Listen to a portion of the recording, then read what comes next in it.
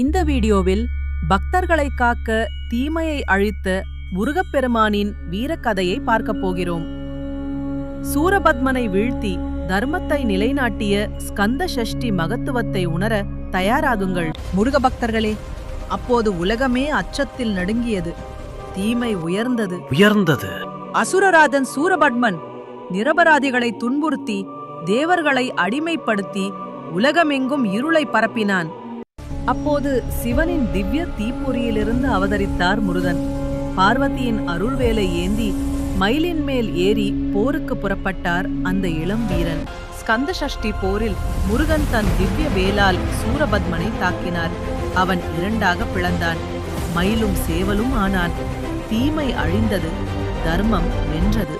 முருகன் தன் பக்தர்களை காத்தார். அச்சத்தை நீக்கி அமைதியை அளித்து தர்மத்தை நிலைநாட்டினார்.